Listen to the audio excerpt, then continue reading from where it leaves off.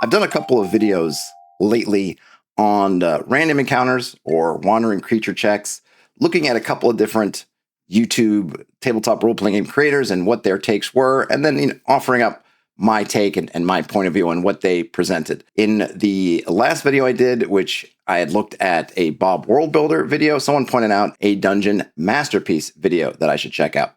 In fact, there ended up being two Dungeon Masterpiece videos that I watched on Random Encounters, and I think they were both quite good. In terms of the substance of Dungeon Masterpieces videos, I think they're both good. It's funny because he says some of the things that I'd mentioned using a flat table. I like his element of putting together three different tables that you roll on, one for the creature, one for the activity they're having, and a third one for the complication that's in play. And he does some very interesting things in there. This video is sponsored by me.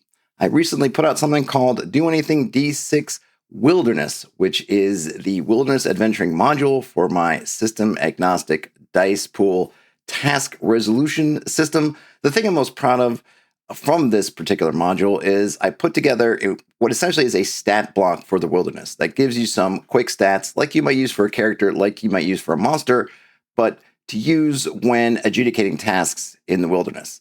Right now, there is a plain text version that is absolutely free to download, or if you'd like to donate something to the cause, you're welcome to, but it is free to download right now on itch and will be coming shortly to TTRPG. And now, back to the action.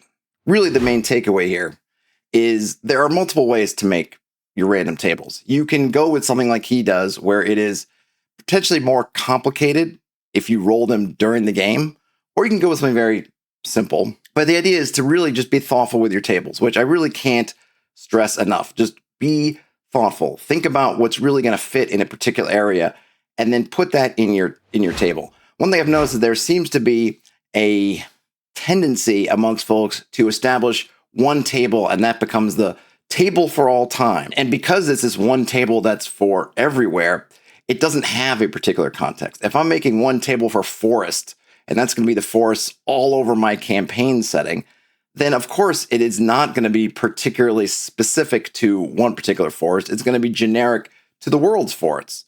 But we don't need to do that, especially if we're using digital tools, but even if we're using pen and paper. Copy paste, make a new page, make a new Google Sheet, write it on a new page, take your main forest all over the world table, and then pick out individual things that can then go into a specific table for a specific forest. Of course, inputting into that specific forest table the stuff that is specific. Maybe in all the forests all over the world, we would expect to find deer and wolves and bear, and that's fine. But then if you're using, say, a D6, that gives you 3 more entries, and they take those 3 entries and put them in very specific things. And then look at, well, how do the deer in this forest, maybe how do they differ from deer somewhere else? You can give them a particular quirk. Maybe they're bigger, maybe they're smaller, maybe they have different antlers, maybe they have specific abilities, magical effects. Who knows? Same thing for the bears, same things for the wolves. And then, of course, the things that are really specific to that forest really lean into that specificity. What makes this particular forest unique?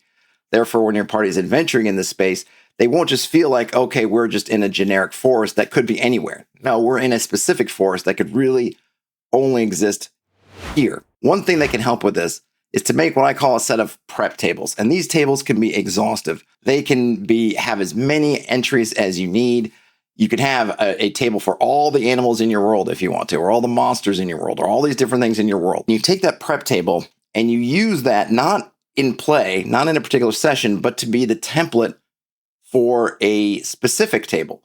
So for example, if I know I have all the monsters that I'm likely to use in a given campaign, maybe I copied and pasted them out of a digital product, or I just sat there and typed out and say I have 36, or maybe even have 100, or maybe I have more. The tables can get as long as I want to.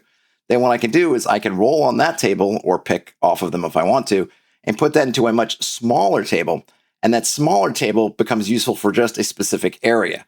So I have this big table that I can keep as being permanent and useful everywhere. And I'm going to use that table to then seed smaller tables that I use on specific areas. So I can kind of have the best of both worlds. I can build up a set of tools. I liken this to, if you're someone who does woodworking or done crafts, oftentimes in a project, you may need to make a tool. The tool isn't visible in the final product.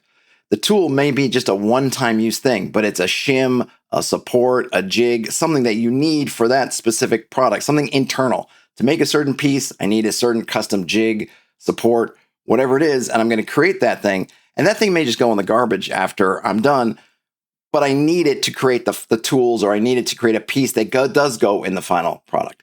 In the same way, all these prep tables are like those jigs, those supports. You're not going to see it in the final tables, but they're going to help you get from all the stuff you've prepped to the final tables. Make those prep tables as exhaustive as you like, and you can really use those for years and years and years. And then when you need a specific forest, grab stuff off of those tables, again, rolling, whatever, using whatever choosing method you want to, and you can see them into much smaller tables that really can be more dynamic because you're not undoing a bunch of work. You're not throwing a bunch of stuff away. I've been having a lot of fun just with D6 tables and 6 things. I can roll that up pretty quickly. I can get that statted up and going. And then if I want to change something, if I want to throw away and get another one, I'm not looking at, boy, did I just toss a whole bunch of work in the trash. Those would be those, what I would call gaming tables. Those are the ones I might reference directly in play or as part of my prep for a particular session. And the prep tables, those are the ones that I'm going to keep building off of, adding to, evolving over the course of maybe a whole campaign or even multiple campaigns if they exist in a setting. Take solace in the fact that that stuff, that investment of time and energy you're putting in your prep tables is going to be useful over and over and over again. And then you can have your gaming tables that you can keep small, keep specific, and keep dynamic, and not have there be a conflict of some concept of, am I throwing work away? Am I putting in a whole lot of energy into something that's not going to come up or is just going to come up once? You can have the best of both worlds. I think that's all I've got to say right now on Random Encounters. If there are other videos by fellow creators, fellow YouTubers in the tabletop role-playing game space that you think I should check out that have interesting ideas, I'd love to hear them. Have a great rest of your day, night, whenever you end up watching or listening to this. Game on, everybody. Talk to you later. Bye now.